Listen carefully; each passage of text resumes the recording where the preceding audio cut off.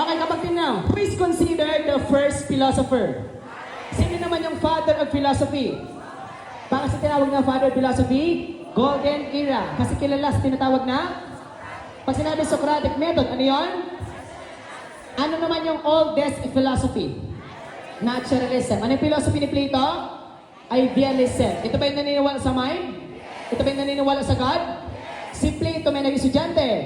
Sino yon? Kinontra ba ni Aristotle si Plato? Kasi si Aristotle naniniwala to see is to. Kaya nabuo ang philosophy?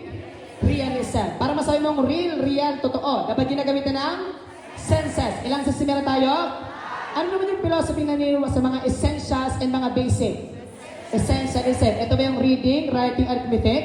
Kaya ano naman yung philosophy na naniniwalang we are unique, free, interesting individual? At anong pinakamahalagang keywords sa existentialism? Choice. Ito ba yung may purpose ka ba in life? Isa-satisfy mo ba yon?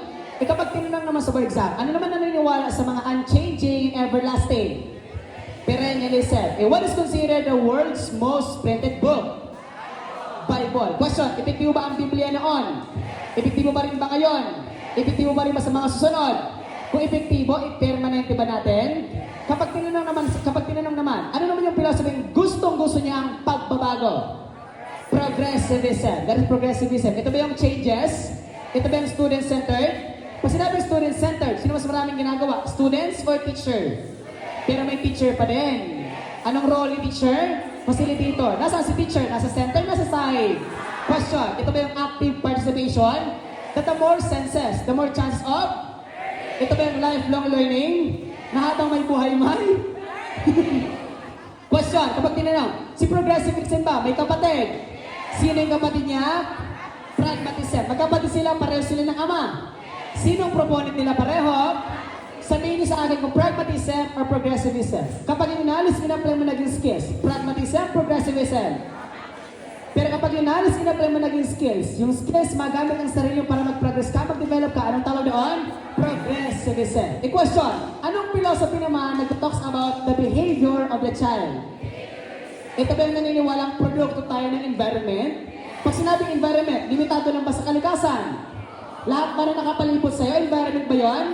Kapag si teacher, may make sure mo ng maayos ang classroom bago pumasok mga estudyante. Classroom management ba yun? Yes or no? At basta classroom management, anong philosophy sasagot? Behaviorism. Question, ano naman yung philosophy na naniniwala sa societal problem, societal reform? Reconstructionism. Tayo ba ay catalyst of change? Lahat ng nasa Western philosophies, ano yun? Individual or group learning? Yung nasa Eastern, individual or group learning? Very good, group learning. Question, Eastern philosophy naman. Sino ang proponent ng Confucianism? Pag walang Confucius, sino yan? Confucius. Paano ka mag walang Confucius? Question, what do you call the compilation of the teachings of Confucius? Sino naman ang proponent ng Taoism? Lao Tzu. Ano naman ang compilation ng mga tinuro ni Lao Tzu? Tao Te Ching. Ano naman ang simbolo ng Taoism? Yin and Yang. Ilang pa sa niya? 3. Lahat ng philosophies of education can be summarized by the word wise. Ano yung sabihin ng W? Ano yung I? Individual. Ano yung S? Social. Ano yung E? Eastern philosophy. Kasi sabi nga, lamang ang may, kaya wag may ang mag.